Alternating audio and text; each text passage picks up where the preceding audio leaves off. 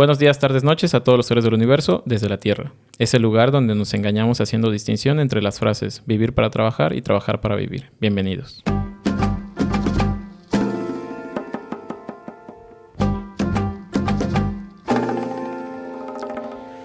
El día de hoy tenemos una invitada muy especial en el podcast. Es licenciada en periodismo. Acabo de comer, estoy medio trabado. Licenciada en periodismo, coeditora de la revista Educa, social media manager en El Universal. Ha sido profesora en el uso y administración de plataformas digitales para periodistas en la UNAM.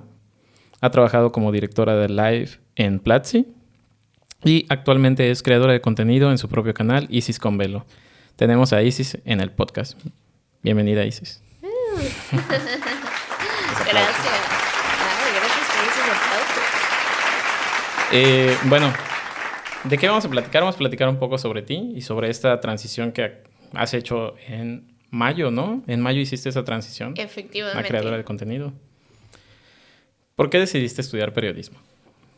¿Por qué decidí estudiar periodismo? Porque me encantaban las palabras. Desde muy chiquita siempre me gustó escribir.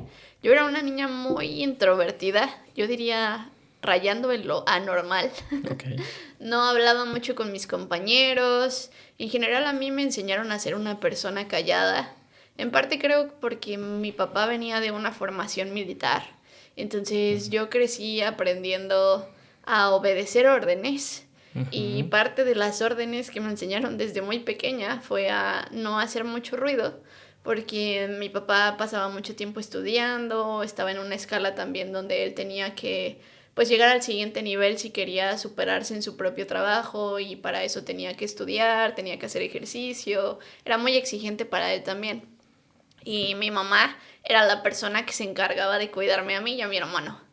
Y nosotros cuando estábamos en casa pues tratábamos o procurábamos de ser callados, y creo que eso sin querer se impregnó en muchos espectros de mi vida.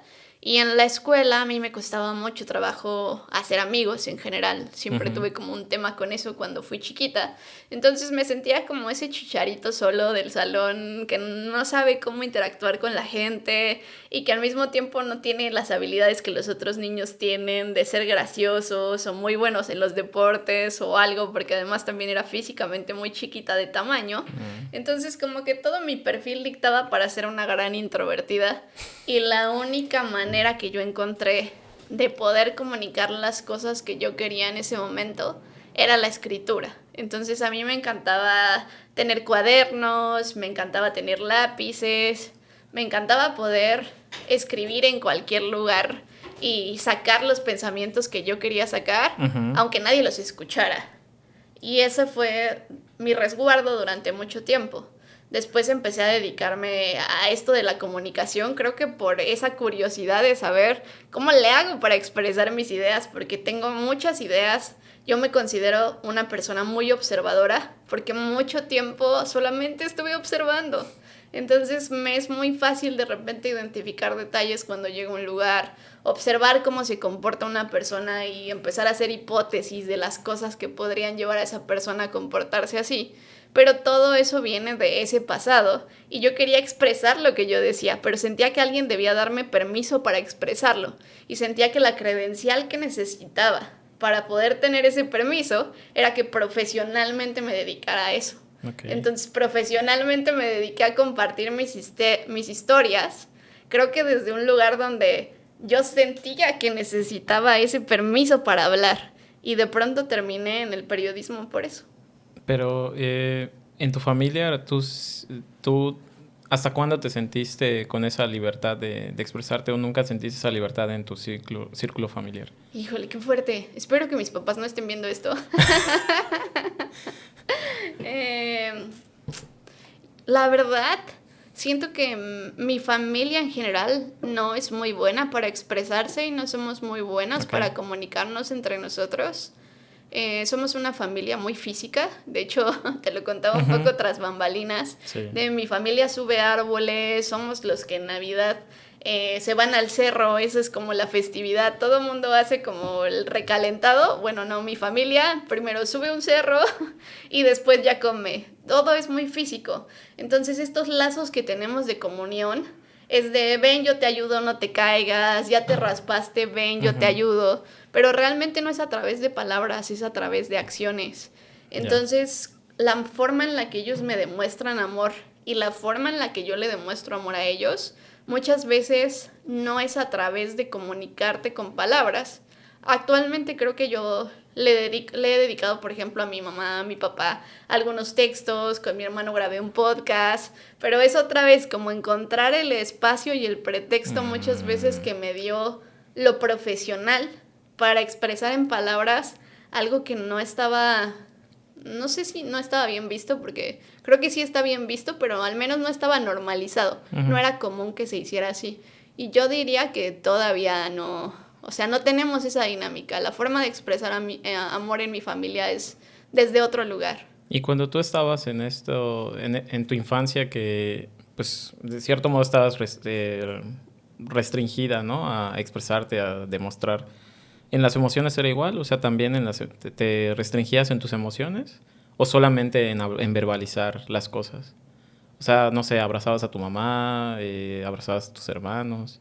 Sí, creo que el cariño físico siempre estuvo muy presente por lo que digo, porque no había palabras, entonces la manera de O sea, era demostrarnos solo amor verbal realmente. era abrazarnos, es contacto físico. Yo soy de hecho una persona muy de contacto físico con las personas que quiero, porque está esa otra parte donde yo no me acerco a cualquier persona, espacio vital, tu espacio vital, Sí, la tampoco. parte introvertida todavía sigue. Exacto, entonces yo diría que nos demostrábamos amor de esas maneras, y ahora que me hacías esta pregunta sobre las emociones, pienso que la forma en la que yo expreso mis emociones también es un poco cerrada. O sea, si lloro, normalmente soy de las personas que lloran en silencio, se les escurren las lagrimitas, se les pone la cara rosita, pero que yo llore así de gritar porque algo me está doliendo, es porque de verdad me pasó algo que yo considero muy caótico en mi vida, porque si no, la lágrima es como hacia adentro,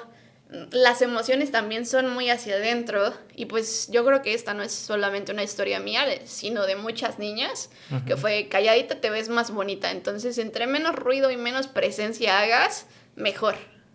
Yo no soy niña, pero también... Sí, yo también tenía... En mi casa me acuerdo, mi mamá era de... Bueno, aquí no sé cómo era en tu casa, pero en mi casa era que quédate sentado, no corras. Luego íbamos a luego había absurdos porque eran como íbamos a un cumpleaños de unos amiguitos y todos los niños están corriendo por todos lados haciendo show y conmigo era como de aquí te quedas junto a mí. Y antes era la amenaza, ¿no? De te quedas junto a mí y si te paras ya sabes, ¿no? Entonces me tocó la época todavía de esto con la mirada, ¿no? Que ya sabías que te esperaba en casa. No sé si era un poquito así. 100%, ¿O? sí. O sea, mi mamá tenía la mirada que tú sabías que ahí Ya te valió. quedabas como estatua de marfil, ya no se vale moverse, porque si no va a ser difícil para ti. Y mi hermano, por ejemplo, en contraste, es el demonio de Tasmania. O sea, él desobedeció todo lo que yo sí seguí. Entonces teníamos como este contraste. Yo recuerdo que incluso una de mis primas, que será como 10, 15 años más grande que yo, me decía es que cuando tú eras niña parecías adulto. Y ese es un comentario que me han dicho muchas veces, como tú siempre has sido un pequeño adultito. Te decían que te quedaras en la silla, estabas en la silla, la gente, mis tíos nunca huyeron de cuidarme porque yo era muy tranquila. En cambio, si mi hermano se iba a quedar, sí. Todos los primos era como, no, yo no lo quiero cuidar, pero porque teníamos esta especie de como universos separados, donde yo era introvertida, tranquila al extremo, y él en su momento era rebelde, extrovertido al extremo. ¿Y le aprendiste algo a tu hermano? En retrospectiva. Muchas cosas. Yo creo que a mi hermano es una de las personas a las que le he aprendido más cosas, a pesar de que somos tan diferentes y por eso tenemos muchas fricciones también, y a veces nos cuesta mucho trabajo entendernos.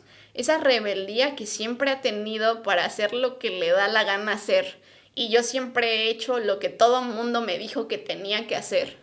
Ha sido bien dura de ver para mí, incluso, o sea, no te estoy hablando de cuando teníamos 5 años, te estoy hablando de ahora mismo. Él es una persona que rompió las reglas, él es una persona que, por ejemplo, estudió relaciones internacionales formalmente, pero ahorita se dedica a la construcción, a la albañilería, Y fue por su rebeldía que siempre tuvo desde que era bebé, yo creo. Ujú. Y que siempre quiso seguir sus propias convicciones. Y ahorita, por ejemplo, que yo estoy tratando de seguir por primera vez una convicción profesional que atiende únicamente a que yo quiero grabar conversaciones en mi podcast sobre temas muy particulares que a mí me importan. Es como, de alguna manera, tener el ejemplo de mi hermano me sirvió mucho para decir sí me voy a aventar. Porque si este güey pudo dedicarse a la albañilería A lo que él quería. y está haciendo dinero con eso, yo también puedo dedicarme a lo que yo quiero y yo también puedo hacer dinero con eso. Claro. Oye, y nada más regresamos un poquito a tu infancia. ¿Te acuerdas qué fue lo primero que escribiste? ¿Qué fue lo primero que escribí? La verdad no. O ¿No? sea, me acuerdo que copiaba mucho. De pequeña mi mamá siempre nos incentivó a leer y ella es maestra de español, entonces siempre nos trató de acercar a la literatura y nos la metió de todas las maneras que pudo. Íbamos a todas las ferias del libro. En el baño mi mamá siempre tenía una pila de revistas y te decía, no te salgas del baño hasta que hayas acabado de leer una historietita. Wow. Siempre nos fomentó un montón la lectura. No es muy higiénico leer en el baño, ¿no? Yo no sé. Pues mientras no lo mezcles con el papel de baño. Pero, o sea, era como las personas que ahora están con su celular en el baño. Era Tampoco es literalmente. Sí, claro, ¿no? Pero Menos higiénico, de hecho. en ese momento era una historietita. Entonces, de Sí. verdad, la metía en los lugares más inhóspitos. Ujú. Pero te podías encontrar libros en mi casa siempre. Podías acercarte a cualquier lectura. Y yo me acuerdo que mis primeros escritos eran copiar esas mismas cosas que yo leía. Entonces, Ujú. si había leído, por ejemplo, una historieta de Isis y Osiris y tenía mitología egipcia, entonces yo armaba mi propio cuento de mitología egipcia, pero ya de más grande me di cuenta que solamente estaba imitando, Claro. que solamente estaba copiando. ¿A los cuántos años estabas escribiendo esas? Pues yo creo que ¿Historias? por ejemplo, esa historieta la habré encontrado a mis 6, 7 años. No. Entonces, desde que yo aprendí a escribir, dije, esto es lo mío, a mí me encanta. Me acuerdo también de que algunos maestros, por ejemplo, en la secundaria, una maestra de historia en particular, no me creía que yo había escrito algo que yo había escrito. Entonces era muy frustrante para mí porque decía, no, es que se ve que lo copiaste de algún lugar. Y yo, no, esto se me ocurrió a mí, pero porque yo ya llevaba mucho tiempo escribiendo. Claro. Entonces el arte de escribir y el oficio de hacerlo es algo que yo he practicado por muchos años y que me encanta hacer. Ujú. Y digo, ahora que estuve investigando tu perfil, vi que, digo, entraste a hacer, bueno, estudiaste la licenciatura en periodismo, ¿no? Y luego te fuiste a una revista, ¿no? Y luego estuviste en el Universal. En los dos lugares estabas escribiendo, elaborando contenido. En los dos lugares en realidad me subieron muy rápido a editar. Esta es de las pocas cosas que creo que no agradezco tanto de mi camino profesional. Y es que siempre me han visto mis jefes y se los agradezco mucho, no quiero que suene a reclamo. La capacidad de dirigir equipos, la capacidad de estar como en la dirección de cosas.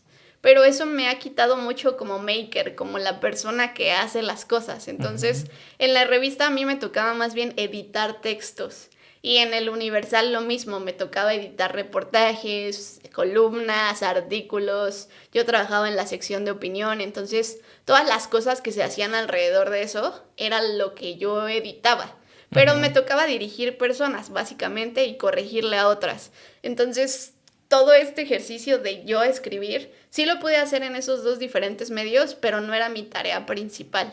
Seguía siendo como este ejercicio que yo hacía para mí, de mí misma, en mis lugares, y se quedaba muchas veces en mi computadora, en mis libretas, pero es algo que pues practico constantemente desde hace mucho tiempo. ¿Qué era eso que escribías? ¿Eran opiniones? ¿Eran investigaciones? ¿Qué eran?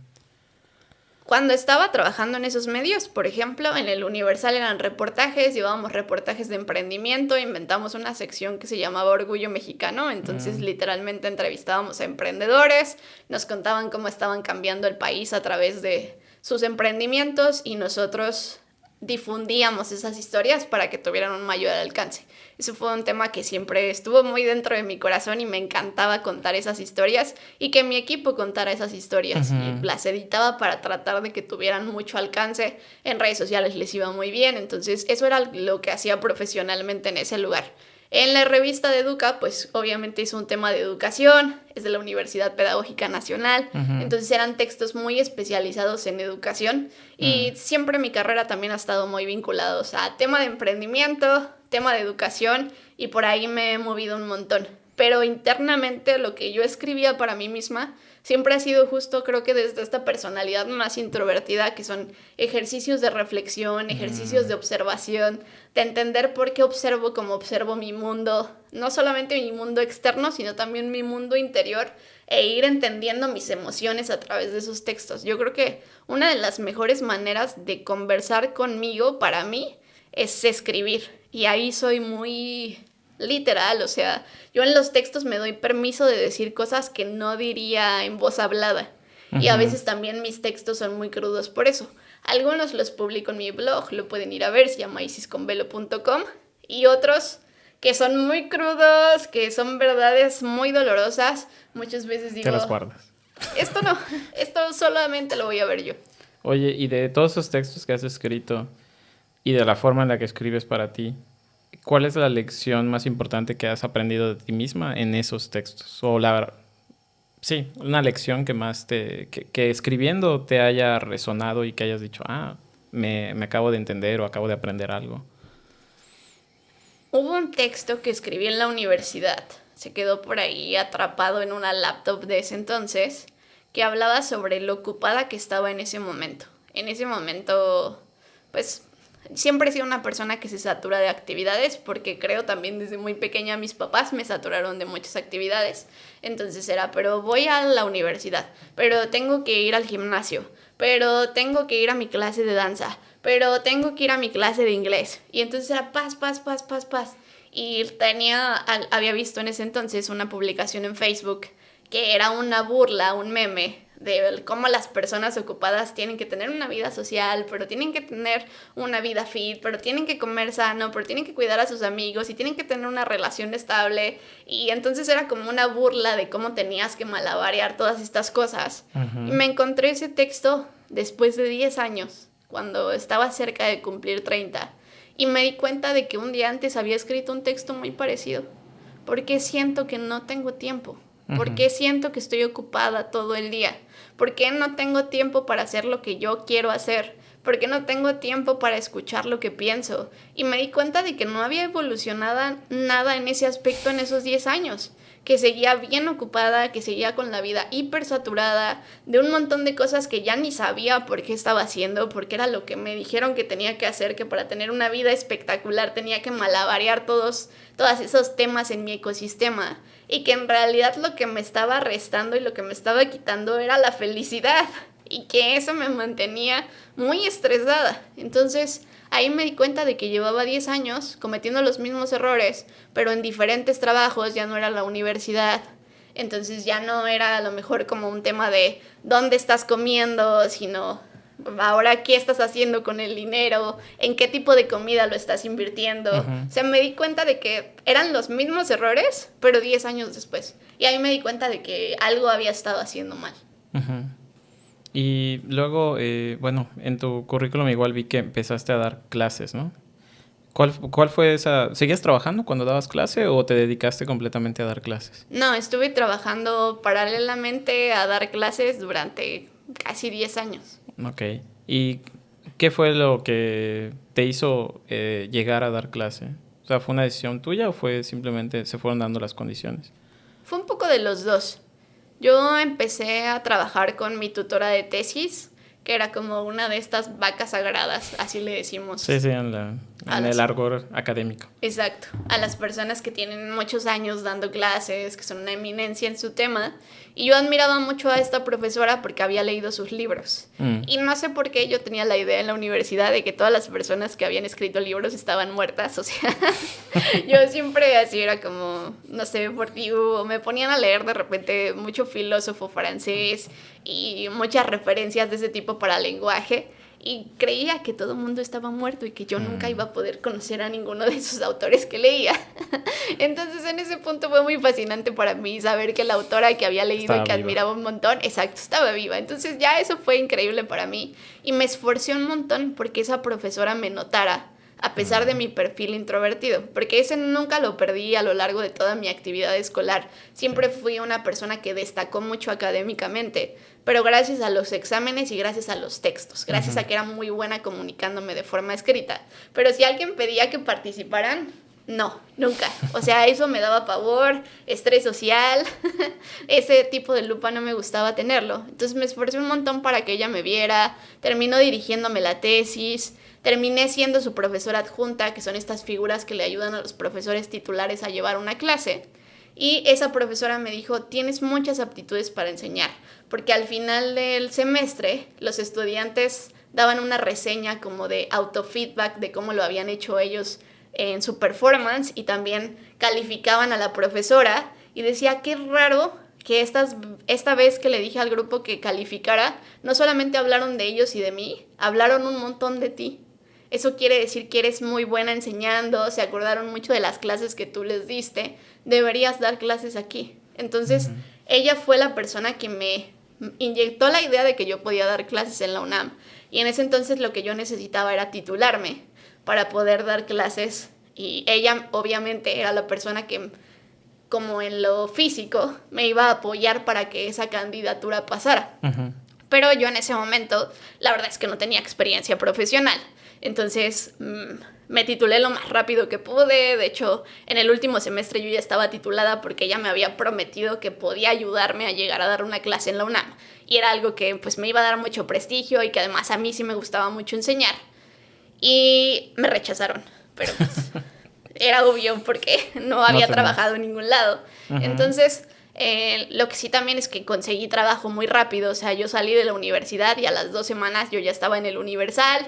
Entonces, todo lo fui haciendo paralelo, tratando, insisto, siempre de malabarear un montón de cosas en la vida. Entonces, ya tenía la experiencia de la revista, ya me habían contratado en el Universal, me contrataron como editora después de un corto tiempo, también prácticas profesionales, luego entré a trabajar, luego me pusieron de jefe en una sección. Entonces, todo eso me ayudó a subir mi perfil un montón y que a los 6 meses, cuando yo postulé otra vez, cuando se abrió el semestre, me aceptaron porque ya tenía esa experiencia y porque además ya tenía como una posición de jerarquía donde incluso manejaba personas. Entonces hizo sentido que yo pudiera entrar ya a dar clases y obviamente esta profesora desde el círculo académico me apoyó para que eso pasara. Mientras estudiabas la carrera en periodismo, digo, en mi caso yo justamente me puse a pensar antes de terminar, bueno, desde el principio de la carrera me puse a practicar mi profesión, ¿no? Que en este caso sería la programación. Entonces yo recuerdo que yo me puse a darle porque sabía que cuando llegara el punto de querer un trabajo, pues me iban a batear porque no iba a tener experiencia profesional, ¿no? En tu caso, tú escribes desde mucho tiempo, pero ¿tú empezaste a profesionalizar tu trabajo mientras estabas estudiando? O sea, ¿ofrecías artículos a alguna revista o hacías algo por el estilo? ¿O solo estabas dentro de lo académico? No, en realidad solo estaba dentro de lo académico y también tiene que ver con algo que me dijeron, creo que mis papás, y como que yo me la creí. Siento que de niña siempre fue muy inocente y yo me creía todo lo que me decían. Pero o sea, mis papás no estaban de acuerdo con que la gente estudiara y trabajara. Entiendo perfectamente bien ahora por qué no lo querían y creo que pues le puede dar un poco más de balance a la vida el poderte dedicar completamente a una cosa y darle toda tu atención a una cosa. Solo que, pues, también en paralelo me inscribí a un montón de actividades, pero sí sentía que mi prioridad siempre era el estudio. Entonces, también por eso creo que era una estudiante muy destacada, porque la mayor cantidad de mi tiempo siempre estuvo en la escuela y mis papás también me proveyeron de una serie de privilegios que me permitieron solamente estudiar cuando estaba en la etapa de estudio. Pero insisto, pues siempre también tenía como mis propios side projects, por decirlo así, aunque nunca veían la luz. Quizás si me hubiera aventado a abrir un canal de YouTube desde antes o hubiera agarrado alguna otra estrategia digital, hubiera tenido esa experiencia, pero por detrás de las cámaras siempre lo estuve haciendo. Entonces, creo que también cuando entré a la vida profesional se notaba una diferencia entre lo que yo producía y lo que producían otros de mis contemporáneos que a lo mejor no habían tenido esa serie de privilegios o a lo mejor no habían sido tan clavados en el estudio, porque yo solo no me esforzaba en tener solamente buenas calificaciones, sino que sí me esforzaba en que todo ese conocimiento se viera reflejado en mis producciones escritas. Entonces intentaba siempre como practicar los conceptos dentro de lo que a mí me gustaba hacer, que era escribir. Claro. Oye, y cuando estabas trabajando en la UNAM me da curiosidad porque cuando llegamos a Ciudad de México, mi esposa es licenciada en educación o pedagogía, que le conocen allá en Ciudad de México, ¿no? Y ella cuando llegó quería dar clase en la UNAM. Me da curiosidad saber cuánto te pagaban en la UNAM por dar la clase. No te pagan nada. O sea, lo haces por amor al arte. Sí, a mi esposa le estaban ofreciendo creo que 50 pesos por hora, o algo así, una cosa por el estilo. Si no me equivoco, sí eran justo 80 pesos por hora, pero, o sea, estoy segura de que hay dos tipos de profesores en la UNAM. Los profesores de carrera, que son los profesores que van creciendo su salario por escalafón, que obtienen otro tipo de recursos y prestaciones, pero es como una especie de escalera jerárquica, donde primero eres profesor de asignatura, luego te ganas el derecho de ser profesor de carrera, luego hay como una serie de letras de C, B, D, A, y ahí es donde tu salario va creciendo y donde realmente tienes oportunidades. Pero la verdad cruda es que la UNAM está constituida por un montón de profesores que son profesores de asignatura, que son profes justo a los que les pagan 80 pesos la hora, que en realidad están ahí, en mi caso, por ejemplo, porque la UNAM me dio un montón de cosas, me abrió un montón de puertas y oportunidades, y esa era mi manera de devolverle a la UNAM un poquito de lo que me había dado, de todos esos recursos gratuitos, de las clases de inglés en el CELEX, o sea, de un montón de cosas que me dio, pero no estaba ahí por la lana. Sí, claro. Sí, sí. Digo, en tu caso tenías ese privilegio de tener otro trabajo y poder dar clase, ¿no? Claro. Pero pues sí, digo, sí, definitivamente. O sea, una persona... Qué triste, digo, por un lado qué triste porque, pues, el tema académico, pues la verdad es que no es de las profesiones mejor pagadas cuando debería de ser una de las mejor pagadas porque pues, estás formando las nuevas generaciones de profesionales, ¿no? Pero bueno. Y la verdad le dedicas un montón de tiempo. Sí. También si quieres mejores profesores, pues de alguna manera yo sí creo que les tienes que dar esas condiciones para que se enfoquen en ser mejores profesores. Porque ¿a qué hora me voy a enfocar en ser mejor profesora si tengo que tener a fuerza un trabajo paralelo que sí me permita subsistir? Claro. Oye, y luego de ahí, de dar clases y de estar en el Universal, veo que llegaste a Platzi, que ahí, bueno, Platzi ya es una empresa de tecnología tal cual, bueno, nació como un foro, ¿no? Pero se convirtió en esta academia de multidisciplinaria, ¿no? ¿Cómo llegas a Platzi? Llegué a Platzi porque vi una publicación así de LinkedIn, random, de estamos buscando course director. Yo no sabía en ese momento que era un director de cursos. ¿Qué es un director de cursos? Ni que era Platzi, la verdad. Un director de cursos es una persona en Platzi, en ese contexto, que se dedica a entrenar al profesor que va a dar los cursos en la plataforma.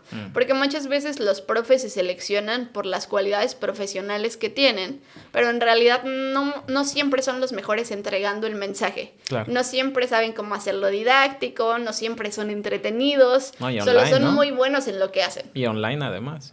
Entonces necesitan como esta especie de coaches que les estamos diciendo, mira, la mejor manera de estructurar el mensaje es esta. Se te cayó la energía totalmente, no te entendí el ejemplo. Entonces son básicamente editores de profesores en vivo cuando están grabando la clase para que queden mejor. Y yo cuando leí la descripción de las cosas que se tenían que hacer, dije, yo llevo haciendo esto toda la vida, pero en texto. Y además ya tenía, como te digo, mucha experiencia esta vez en edición, porque ya había trabajado en la revista, porque ya había trabajado en el periódico, y además tenía toda esta línea educativa de entender muy bien cómo se hacían los planes de estudio, porque había estado en la UNAM observando temarios, entendiendo cómo se hacían las cosas. Entonces me hizo mucho sentido que todas las tareas que pedían yo las podía hacer. Nunca había trabajado en tecnología, pero yo llegué vendiendo eso, como mira, tú lo que necesitas es un editor de personas en tiempo real. Yo soy excelente para esto, tengo muchísima experiencia haciendo y sé que lo puedo hacer en un formato distinto. Es básicamente nada más video, cambiar el formato de escrito, pero, o sea, escucho el mensaje como si lo estuviera leyendo. Y eso es lo que me facilitaba en ese momento poder ayudarle a un profe a entregar un mensaje que se pudiera entender claramente, a tener clases más dinámicas. Y pues también llevaba ya un ratito, aunque chiquito, trabajando en El Universal, pero en un programa que tenían con Canal 40, que es una televisora. Entonces con ellos hacíamos una serie de reportajes y ya me empezaba a meter al mundo audiovisual. Mi jefe era la persona que dirigía ese programa. Y cuando no tenía tiempo era como, Isis, vas tú. Entonces de repente me mandaba a cámara a hacer entrevistas, me mandaba a cámara a hacer reportajes que él no tenía tiempo de hacer. Uh-huh. Y así empecé a agarrar alguna experiencia en cámara. Entonces, gracias a eso yo llegué a Platzi vendiendo la experiencia que tenía en el Universal, la experiencia que tenía en la UNAM haciendo esto. Y por ahí también se había metido un proyecto en Google, con Google News Initiative, que es la iniciativa de Google para las noticias. Uh-huh. Entonces habíamos estado trabajando con una API que lo que hacía era una especie de inteligencia artificial ya de seleccionar algunas noticias y empezar a discernir en ese momento entre cuáles se trataban de violencia a periodistas por un reportaje que teníamos ahí. Entonces como que ya también tenía alguna vaina tecnológica que tenía sentido con lo que estaba buscando Platzi, y yo ya tenía muchas credenciales también ahí para decir, mira, lo poquito que conozco de esto, yo te lo puedo hacer, lo mucho que conozco de esto es lo que tú necesitas. Uh-huh. Entonces creo que me supe vender muy bien en ese momento, uh-huh, para decir que mis habilidades podían cubrir ese puesto, y así fue como yo entré a Platzi. Y luego veo que llegaste a directora de Live, que era, entiendo que es una programación que tenía Platzi semanal, algo así. Exacto, es un show semanal de streaming en vivo que tiene Platzi, que han hecho desde los inicios de la plataforma. Y pues estaba otra vez toda esa experiencia periodística. Yo creo que todas las cosas que tú haces en el pasado, uh-huh, siempre hay manera de articularlas en el presente. Y yo creo que una de mis grandes virtudes en ese sentido para conseguir trabajos es que siempre supe estructurar muy bien mi lenguaje para decirles, mira, todo esto que yo traigo tiene sentido para lo que tú estás necesitando. Entonces ahí en ese caso, pues alguna vez tuve la oportunidad de ir a San Francisco porque me gané una beca en un circuito de emprendimiento que se llama TrepCamp, que es una beca pues que Santander, por ejemplo, le da a mexicanos del 100%. Me fui para allá por 3 semanas. El fundador de Platzi, uno de los fundadores, está por allá. Entonces, uh-huh, tuve el chance de visitarlo. Y cuando nos conocimos, le empecé a platicar pues todo mi CV, así de, imagina, yo hacía esto, bla, bla, bla, bla, bla, bla. Y él me dijo, oye, tú eres periodista de formación, ¿por qué no te vienes al show que tenemos en vivo y te armas un segmentito y lo planteas ahí a ver qué pasa? Y yo dije, a mí me gusta mucho leer, porque me gusta mucho escribir. Y siempre me ha gustado leer libros, entonces yo leía un libro por semana y se los venía a resumir en 10 minutos a la gente de Platzi. Entonces recuerdo que el primero que leí para Platzi fue el sutil arte de que te importe un carajo. Entonces estaba la pandemia y yo le puse un tema muy polémico también, el sutil arte de que el coronavirus te importe un carajo, que en ese momento todavía evidentemente no había llegado el coronavirus para acá. Entonces, ¿Ah, sí? Sí, no, fue como cuando todavía no teníamos contexto de lo que iba a ser, pero la gente estaba muy preocupada por lo que se venía. Y yo intentaba decir como, no entremos en pánico. Principio del 2020, ¿no? Simplemente, pues, estemos informados y vemos qué podemos hacer, pero no entremos como en esta alarma social.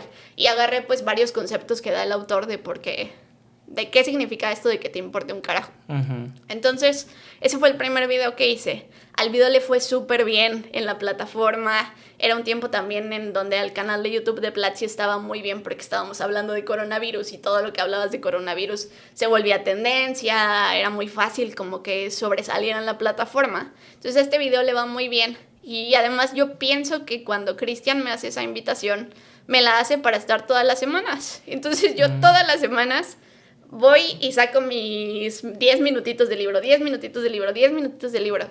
Y luego Cristian me dijo que él me había invitado como de ven una vez y ya, o sea, como que la invitación había sido extendida como yo me la tomé. Yeah. Pero según yo, me había invitado a estar en el programa, entonces yo siempre me hacía 10 minutitos de libro y como le fue muy bien, pues la gente me decía, sí, síguele y además lo vas a hacer aquí, además de que eres course director, o sea, no pasa nada, pues tú ven, haz tu segmento de libros. Y me divertía mucho y siempre que hablaba con mi manager de ese entonces, le decía, mira, es que a mis videos les está yendo así, estoy muy emocionada. Entonces ya no nada más hablaba con ella de lo que yo tenía que hacer en educación, sino que hablaba con ella de lo que estaba pasando en el canal de YouTube. Y yo siempre he sido muy obsesiva como de las estadísticas en redes sociales, porque en el Universal también hacía mucho redes sociales. Entonces siempre estaba viendo cómo le iba el video, que cómo le iba al siguiente, bla, bla, bla. Y se las presumía a mi jefa en ese entonces, ¿no? Lo cacareaba, así de, mira cómo le está yendo. En algún momento dijeron, ya hay que ponerle un director a esto, la persona que está tiene que subir a otro puesto, vamos a hacer ahí un cambalache. Y le pareció natural a mi manager, porque yo hablaba mucho de eso, que yo era la persona indicada. Entonces ella me aventó para allá, me hizo una entrevista a Freddy, me hizo otra entrevista a Cristian, me dieron el visto bueno y estuve pues por ahí otros 2 años y alguito dirigiendo ese proyecto de Platzi Live, que la idea era pues dirigir los contenidos, tenía un equipo audiovisual que se encargaba de pues literalmente todo lo que rodea al programa en esa materia y un equipo de diseño también que tú lo sabes como creador en YouTube, que tiene que ver las miniaturas, que tiene que ver todo lo que pasa también a nivel diseño, que es muy importante en la plataforma. Entonces a mí me tocaba como ir gestionando todas esas cosas y pues ahí en Platzi me divertía mucho haciendo eso, la verdad. Oye, digo, suena chistoso cuando dices que eres muy introvertida, porque aparentemente en ese, bueno, todas las oportunidades que me has comentado, pues realmente las fuiste buscando tú, ¿no? Y digo, usualmente una persona introvertida pues no iría tan a la ofensiva, ¿no? Como a tomar todas esas oportunidades. Entonces está muy interesante tu perfil porque dices, pues, bueno, en general, ¿no? Todavía me imagino que tienes ese aspecto tuyo, pero pues ahorita que me comentas cómo fuiste obteniendo todo ese currículum, pues realmente no pareciera que fueras muy introvertida, ¿no? Sí, yo sé que cuando yo digo soy introvertida, las personas me dicen, ¿qué carajos? Pero la verdad es que el tiempo me ha hecho conciliarme mucho con no ponerme etiquetas, porque las etiquetas te limitan. Entonces, yo sí por mucho tiempo me identificaba como una persona introvertida y lo decía de esa manera, pero también creo que era como una especie de justificación de todo mi pasado y de decir, mira, por eso era esta persona. Pero al mismo tiempo yo nunca quise ser esa persona. O sea, yo siempre quise ser la persona que tenía un canal para comunicar sus ideas. Cuando era chiquita siempre agarraba la cámara de video que tenían mis papás y grababa el desorden que tenía en mi cuarto, porque siempre fui una persona muy desordenada también. Entonces grababa así de, miren todo mi desorden, aquí está mi cama extendida, estos son mis peluches, que no sé qué. 20 minutos después, miren, ya lo ordené. O sea, yo siempre me creí actriz de televisión y me encantaba comunicar, pero lo hacía sola en mi casa, en mi cuarto, con la camarita de video que encontraba. Y siempre tuve esas ganas, insisto, de comunicar. Entonces, soy una introvertida con muchas ganas de comunicar.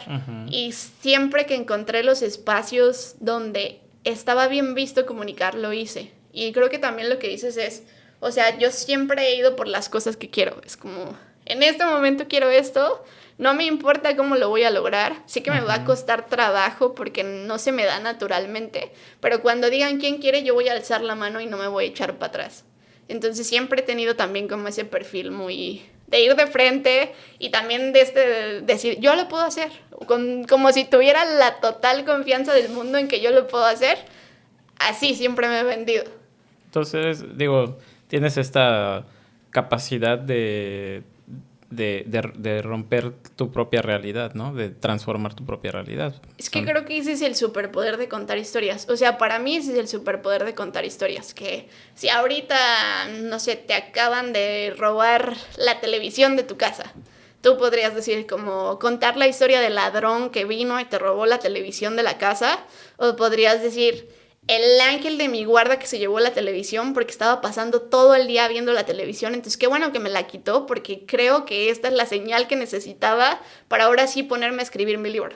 O sea, siento que tú te puedes contar 7 historias de un mismo suceso. Y yo siempre me he podido contar la historia que yo quiero o que me conviene en cierto momento y siento que eso me ha ayudado un montón. Me resuena un montón a lo que digo, lo que platicamos antes en la charla contigo. Oye, ¿y por qué decides Digo, estabas en Platzi, me imagino que te iba bien, ¿no? Digo, económicamente bien, el trabajo pues era un trabajo que te gustaba, estabas generando contenido. Eh, ¿Por qué decides terminar tu relación laboral y brincar a hacer tu propio canal? La verdad es que yo no decidí terminar mi relación Ah, laboral, ok. sino que decidieron ascenderme a cliente. Ajá, ok. Hubo uno de estos recortes de tecnología que, pues, lamentablemente Ok. fueron muy comunes bueno, son muy comunes todavía en 2023. Ujú.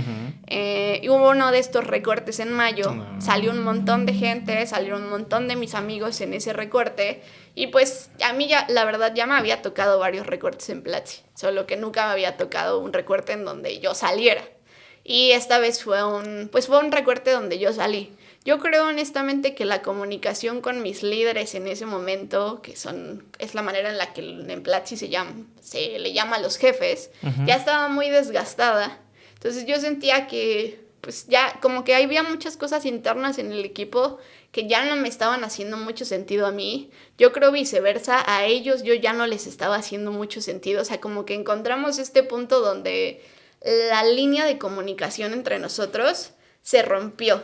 Y paralelo a eso, yo tenía un burnout, o sea, ha sido sin duda la etapa más difícil de mi vida a nivel profesional, porque estaba muy cansada. O sea, yo ya no podía seguirme manteniendo a ese ritmo de trabajo incansable.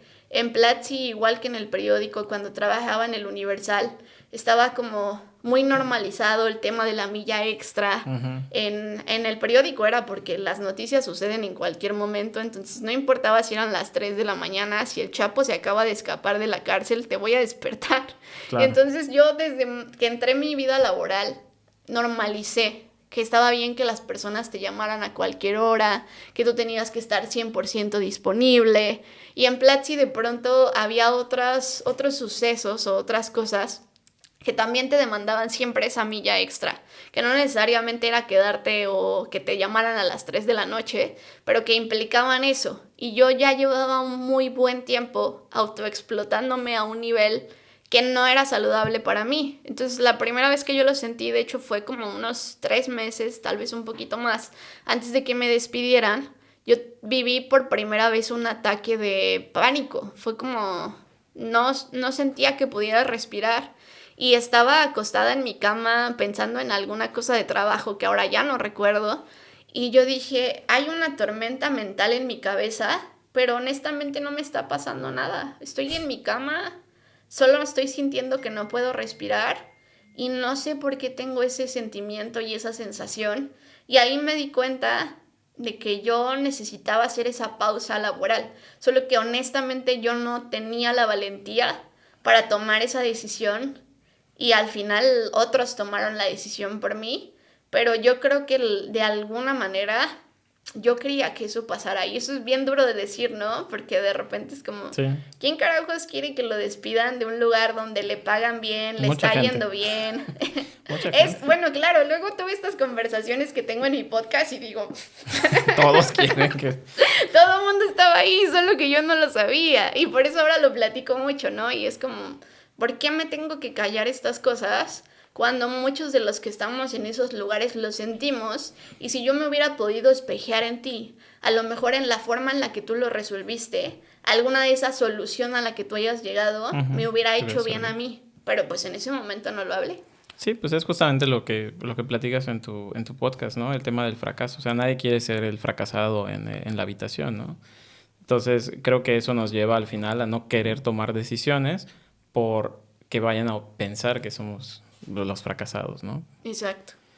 Oye, dentro me comentabas hace unos días que estábamos en el evento del Startup Weekend, que notabas habías abierto el podcast y habías empezado a platicar con gente, pero tú también notabas que en Platzi había mucha gente del ramo de tecnología que sufría de depresión o de ansiedad, ¿no? ¿Me puedes platicar un poquito sobre eso? Sobre la gente. Me comentabas, ¿no? De gente de tecnología, que notabas que era un factor, un común denominador que muchos te han platicado que sufren de o ansiedad o depresión o Sí, burnout. totalmente. Y eso también llegó a raíz, pues primero, ahora hay como dos partes. yo me convertí en una especie de figura pública en el ámbito de la tecnología, porque al final mucha gente veía ese show en vivo, me empezaron a conocer un montón de personas y casi todas ellas estaban muy afines al área de tecnología. Entonces eran los que trabajaban en esa rama. Luego, cuando a mí me despiden, yo decido hacer pública mi historia de despido, porque decido que no me tengo que callar esas cosas, que no me hace menos talentosa, que no me hace una fracasada, que simplemente es algo que me pasó y que quiero compartir con el mundo. Y cuando yo empiezo a compartir, empecé compartiendo textos, de hecho, no empecé compartiendo video. Me empiezan a llegar un montón de mensajes de gente que trabajaba conmigo en Platzi y también de gente que no trabajaba conmigo, pero trabajaba en el ámbito de la tecnología.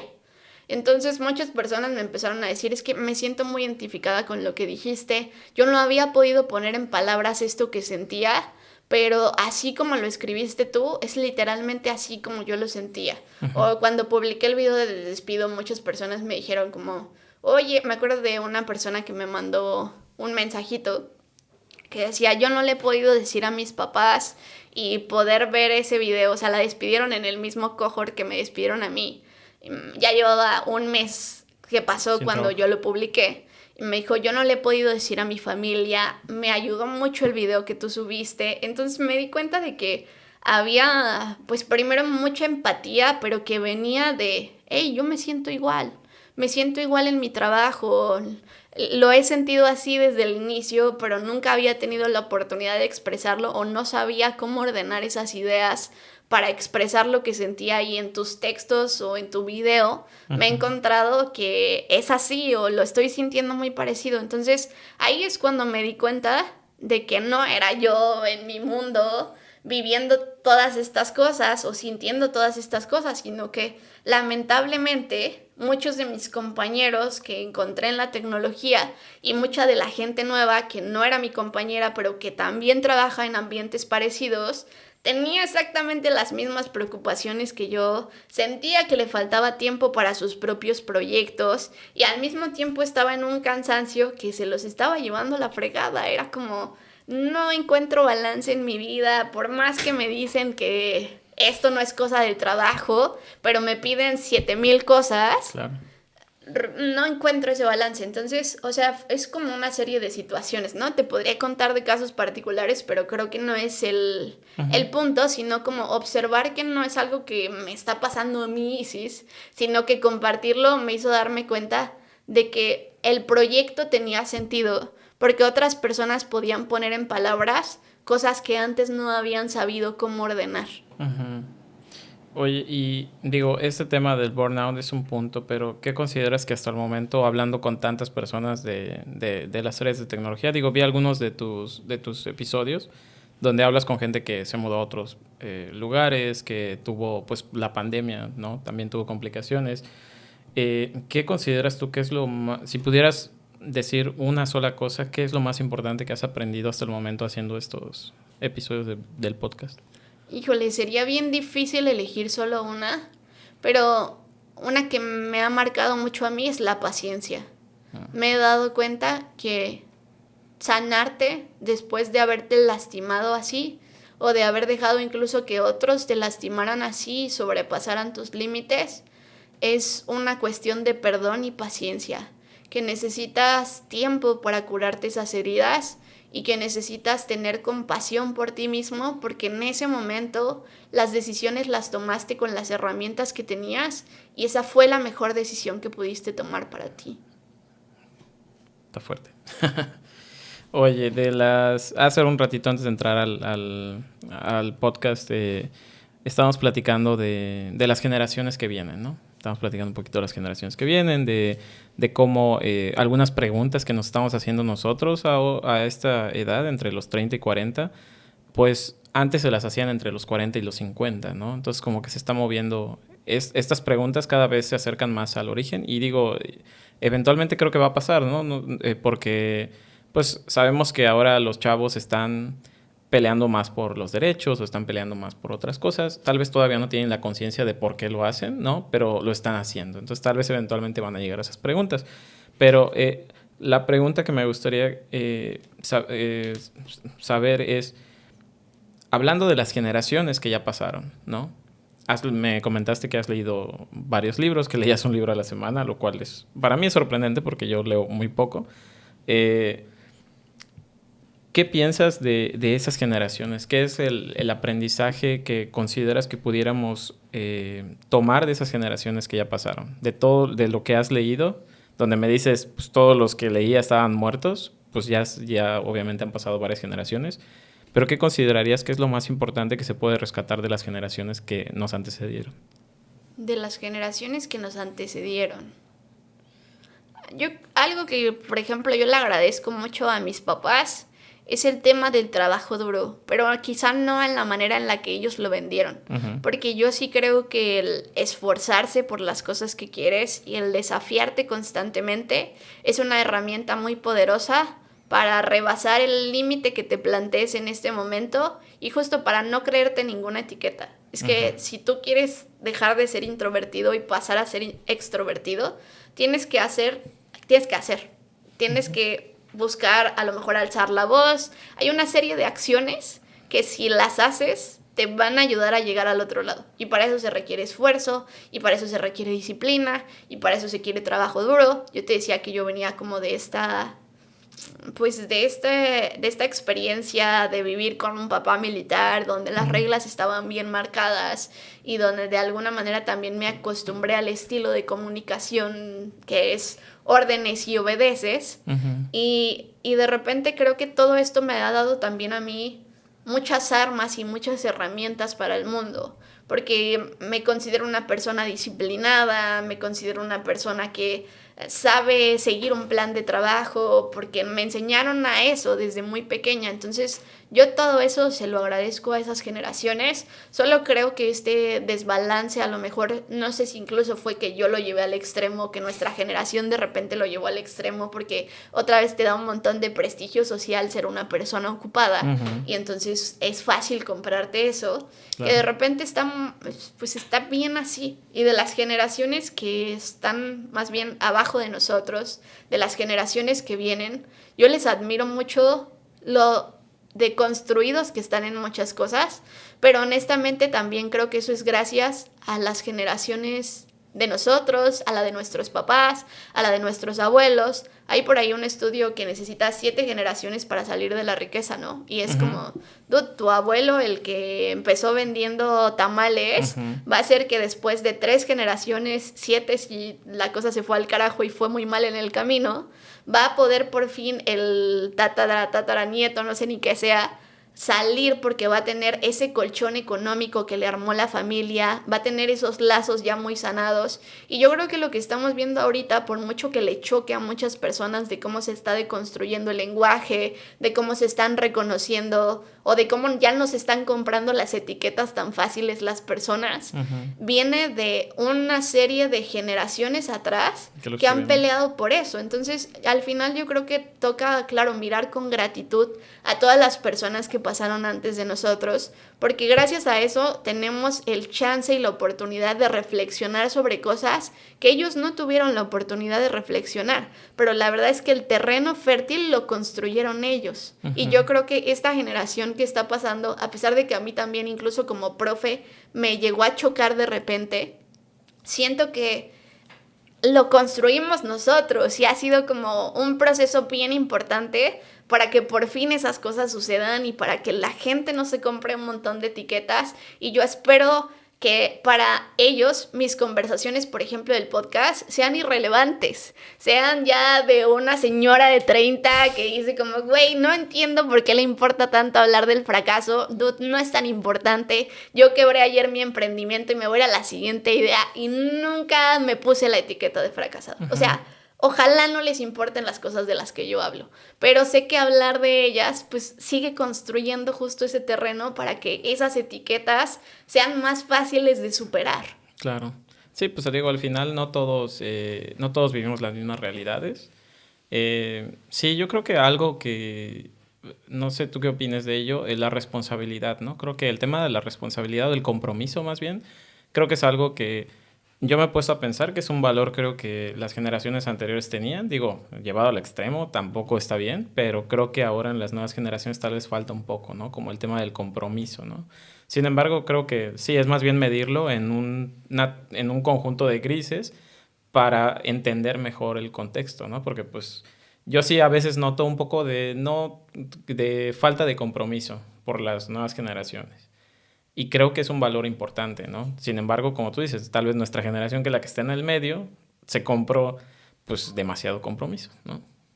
Sí, yo creo que es difícil de observar, la verdad, o sea, y es sobre todo, creo, difícil de juzgar. Ujú. Creo que lo que toca es mucho entender, porque de dónde viene ese miedo, ¿no? ¿Qué hicimos nosotros para que ellos no quieran seguir ese ejemplo? Sí. Porque creo que muchas de las cosas y de las decisiones que yo he tomado y últimamente me estoy volviendo más consciente de eso, es por tratar de evitar los que yo considero que son errores de mis padres. Entonces, ¿qué cosas intento no copiarle a ellos? Claro.